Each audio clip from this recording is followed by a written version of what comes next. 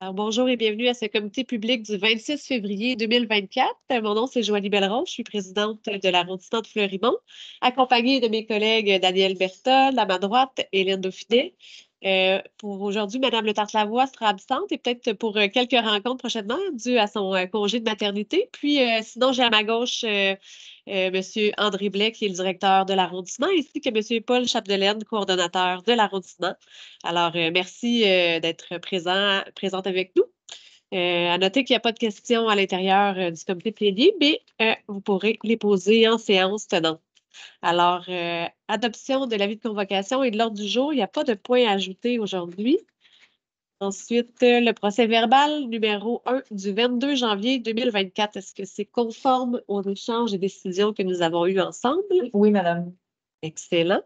Alors, on serait déjà rendu au point sur la priorisation des requêtes en circulation avec M.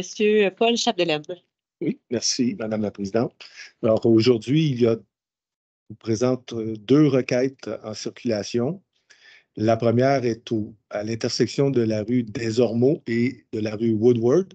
La demande est d'ajouter des panneaux de signalisation dans les deux directions sur Woodward. Donc, la priorisation selon les critères d'analyse que nous nous sommes fixés établit la priorisation de 32 sur 46. Et ça, c'est pour la première requête. Dans le cas de la deuxième, on parle d'une requête en circulation concernant la vitesse pratiquée excessive sur la rue Poix-de-Senteur, qui est dans un nouveau quartier. Et vous n'avez pas tout le détail du requérant, mais il a étoffé sa requête d'une trentaine de signatures. OK. Et en plus, il fait des suggestions concernant les types de mesures à adopter. Et ça se résume à l'installation de dos d'âne sur la rue Poix-de-Senteur. Et ici, on a une priorisation de 30 sur 46. Voilà. Et moi, je vais demander, dans le fond, ce qui fait en sorte de baisser ben, le résultat, c'est parce que c'est un nouveau développement, fait qu'il n'y a pas eu de requête avant. Exact. Oui, on fait toujours la vérification au préalable pour voir s'il y a des requêtes semblables. C'est quand même des scores élevés là, par rapport à d'autres requêtes qu'on a eu à traiter. Là. Oui. Oui. Je voulais juste apporter un point là, pour le dossier des Ormeaux-Woodward. Pourquoi son pointage, justement, est à 32 sur 46? C'est parce que il y a quand même un historique dans ce dossier-là, en lien avec aussi l'utilisation de l'ancienne usine Blue Mountain par un occupant, un locataire. Donc, ça amène un va-et-vient assez important dans le secteur aussi. Donc, c'est pour cette raison-là que le pointage est à 32 sur 46. Ouais. Okay. Bonjour. Okay. Avez-vous des questions? Concernant les requêtes? Oui. Oui, moi j'avais une question. Comme exemple, la dame qui est venue tout à l'heure, elle a vraiment un numéro de dossier pour Moulton Hill. Combien de temps que ça prend avant d'entrer dans le tableau? Généralement, aussitôt qu'on reçoit, là, c'est une fois par mois. À partir du moment où on reçoit les requêtes, on les analyse, on les priorise et on vous les présente. OK, mais dans le tableau global, il n'est pas là. Ça veut dire que vous ne l'avez pas analysé? Je ne l'ai pas reçu. Vous ne l'avez pas reçu? Non. À date de quelle année? C'est une mèche, là. Écoute, moi, j'ai traité ça avant les fêtes, là, que je lui ai dit la procédure de quoi faire, les signatures, c'est quoi le problème. Oui. À partir du moment où j'ai demandé que le radar éducatif soit déplacé, la requête est partie. Là. Et je vais faire la vérification. S'il vous plaît, parce qu'ils ont un numéro de requête, donc il faudrait, si jamais Oui. je vais entrer en contact avec elle, je vais lui demander qu'elle me donne son numéro de requête. Là. Non, je vais la trouver. OK, merci. Fait qu'après la réception de ces requêtes-là, il va y avoir des études de vitesse. Là, vous allez prioriser celles-ci et elles seront transmises par la suite au service des infrastructures urbaines pour analyse et recommandation. Parfait. Oui. Oui? Oui, madame. Oui, je voulais juste savoir, parce que quand on regarde le tableau de priorisation, là, Oui. ça vient compris. Les projets qui sont terminés, ça serait-tu possible des enlever? Lors de la prochaine, Parfait. vous allez avoir le forfait global. Parfait, merci. Est-ce qu'il y avait un code de couleur, le bleu, vert, rouge? Dans le tableau, oui, Ouais. oui. C'est tout simplement pour indiquer à chaque fois, disons, les patchs qu'on vous présente, ça, Ok, c'est ça des représente une présentations en couleur bloc. particulière. OK. Oui, Madame la Présidente, je veux juste comprendre aussi, c'est que vous voulez qu'on enlève les dossiers, terminés. sujets qui ont terminé. Donc, vous ne voulez pas avoir toujours en vue ce qui a été convenu juste pour bien comprendre. C'est ça que vous demandez? C'est vrai que l'historique, c'est bon, hein, parce que des fois, on se dit, tel dossier. Ça serait-tu possible de les mettre à la fin du tableau, de les reclasser ou leur donner une autre Bien sûr. couleur, peut-être, les projets terminés? Bien sûr. Ça demanderait encore moins Oui. de On va les mettre sans couleur, en blanc. Oui, exact. Bien reçu. Merci. Avez-vous d'autres commentaires, questions, Non? préoccupations? Ça clôt déjà le point sur les requêtes en circulation. Parfait. On serait rendu au prochain point, 5.2.1, fonds dédié, adoption et lancement public du budget participatif 2024 pour le district des 4 saisons. C'est chez nous. Alors, une des actions dans notre plan d'action d'arrondissement, le plan d'action 2023-2025, c'est de stimuler la participation et l'implication citoyenne en favorisant la mise en place de budgets participatifs. Alors, il y en a un qui va être lancé à partir de ce soir, s'il est adopté, évidemment, par mes consoeurs lors de la séance régulière. Les critères d'admissibilité pour encadrer le budget, il y en a 4. Donc, ça doit être porté par un organisme à but non lucratif ou une coopérative dont l'adresse est évidemment située sur le territoire de Sherbrooke. Le projet doit bénéficier majoritairement à la population du district 4 saisons.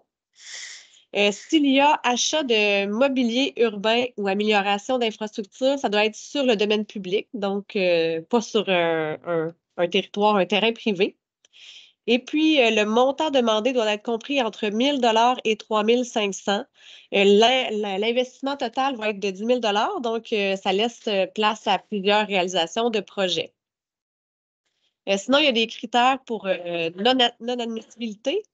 En fait, il ne faut pas que le projet serve à financer des activités qui sont déjà régulières et incluses dans la convention d'entente d'un organisme admis subventionné à la Ville. Donc, si vous avez déjà des activités régulières, ça peut être même des activités qui sont ponctuelles, mais il faut vraiment que ça sorte de ce que vous faites habituellement, que ça soit une nouvelle initiative. Ensuite, si l'usage prévu du projet est limité à un seul groupe exclusif, ce qu'on veut dire par là, c'est qu'il faut que ça soit un projet qui est plus ouvert à la communauté. Donc, on ne veut pas qu'il serve simplement à un seul groupe ou une seule clientèle ou les membres d'un organisme, simplement. Ensuite, il faut que, si le projet est une activité de financement, évidemment, on ne finance pas les activités de financement et non plus s'il y a une finalité commerciale. La dernière chose, c'est si l'organisme demandeur, évidemment, est une entreprise privée. Donc, on veut vraiment que ça soit tenu et porté par des organismes qui sont à but non lucratif. Alors, le lancement serait pour ce soir. Puis là, on fait comme un appel à projet. On laisse un mois là, jusqu'au 29 mars pour les organismes de soumettre des projets.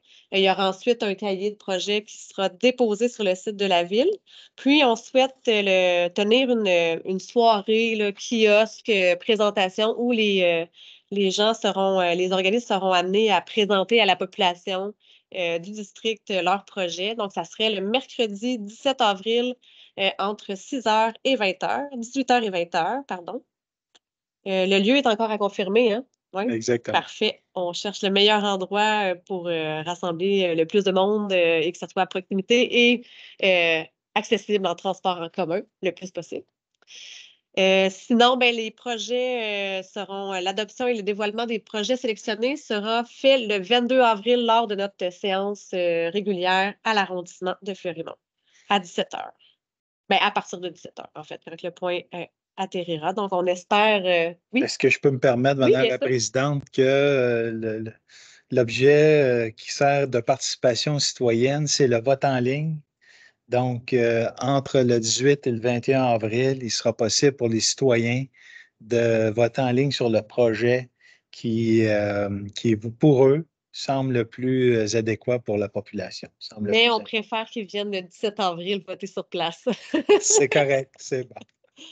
J'ai bien compris. C'est pour ça que je ne l'ai pas dit. Oui, je Disais, comprends. dans un deuxième temps, on annoncera le vote en ligne, mais on préfère qu'il y ait le plus de monde possible le 17 avril.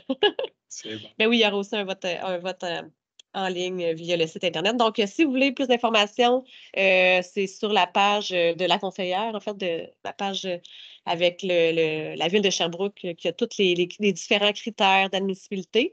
Puis, ben, c'est sûr que dans les prochains jours, moi, je vais envoyer aussi l'information à tous les organismes de mon district pour faire circuler l'information, puis répondre aux questions, le cas échéant. Puis, si jamais vous voulez vous inspirer, je sais qu'il y a eu des budgets participatifs dans le district d'Ascot, le district du Carrefour et le district, je pense, à Lennoxville aussi, qu'il y en a eu un, l'arrondissement de Lennoxville. Donc, il y a déjà de quoi s'inspirer un peu partout sur le territoire de Sherbrooke, si jamais vous avez besoin d'idées. Mais généralement, les gens dans leur organisme ont déjà des besoins ou ils ont déjà des résidents ou des habitués qui ont nommé des idées. Alors, j'espère qu'on sera nombreux à cette soirée du 17 avril pour prendre connaissance des projets. Alors, ça clôt le point. On serait rendu à... Juste un Oui, commentaire. allez-y. Je suis contente que cette année, on ait resserré l'encadrement là, des budgets participatifs. Là. Vraiment, j'ai bien aimé voir la liste de critères là, parce que l'an dernier, je pense que c'était beaucoup trop ouvert et restreint en même temps. En tout cas, fait que je suis contente de voir cette nouvelle liste-là. Parfait. Une nouvelle mouture qui s'adapte mieux au concept même d'un budget participatif. Donc, voilà. Autre question, commentaire? Ça va? Parfait. Ça va aussi? Alors, on est rendu au point 6.1.1, dépôt du budget des frais de représentation sociale. Donc, comme je le dis à chaque fois, c'est un budget de 3 850 qu'on divise en 4 pour nous permettre d'aller encourager les causes des organismes qui tiennent des événements bénéfices. Alors, ben, on est en début d'année, il n'y a pas beaucoup de demandes, mais il y en avait une la Oui. dernière fois puis qui a disparu. C'est parce que l'événement a été changé de journée et je n'étais plus disponible. OK. Fait qu'il n'y a pas de demande finalement. On est encore à zéro. Ben, moi, j'ai envoyé pour Aube-Lumière. Fait qu'il a peut-être juste pas été C'était trop tard. C'est ça, c'est que OK. je dois envoyer les documents une semaine et demie à l'avance. OK. On va le voir dans le prochain tableau, le Parfait. mois suivant. Prochaine demande. Le mois prochain. Alors, sinon, dépôt du calendrier des activités à venir. Là, les activités à venir pendant le prochain mois, là, c'est beaucoup teinté de la 58e finale des Jeux du Québec. Il y aura une cérémonie d'ouverture le 1er mars au Palais des Sports Léopold Relais. C'est ça, la finale des Jeux du Québec se tiendra du 1er au 9 mars. Et ça sera conclu avec une cérémonie de clôture le 9 mars à la même endroit. Pour la cérémonie d'ouverture, il n'y a plus de billets. Puis, c'est pas marqué le spectacle de P.A. Méthode Mercredi. le 6 mars. Le 6 ouais. mars? Ouais. Est-ce qu'il reste des billets? Je pense pas. Je pense pas. Non? Je ne sais pas, il faudrait vérifier. En tout cas, s'il y a Parce que des je pense gens qu'on a intéressés, reçu un courriel, vérifiez, Comme quoi, il y avait de la place. Ouais. Ça se peut. parce que c'est au Palais des Sports, c'est quand même énorme comme ça. Oui, OK. vraiment.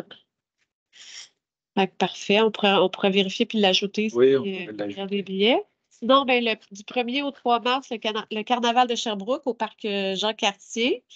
On se souhaite un petit peu plus de neige Non, il va faire 13. pour être un peu dans l'ambiance festive hivernale. Ou sinon, un beau carnaval du printemps dans la boîte. Ben, s'il ne pleut pas, on est correct. J'imagine qu'il va y avoir des activités plus adaptées à la température. Ensuite de ça, je vois qu'il y a au Centre culturel ici même le Parvis du 7 au 29 mars une exposition du Centre d'éducation populaire de l'Estrie. Et puis les autres, c'est en avril, donc on en parlera au mois d'avril. Voilà, ça fait le tour pour notre calendrier des activités à venir. Alors, ça fait le tour de notre séance du comité plénier public. Alors, on va lever la séance et réouvrir dans plusieurs minutes quand même, Oui, parce qu'on quand même. finit à 17 h. Donc, on fait une courte pause et on vous revient.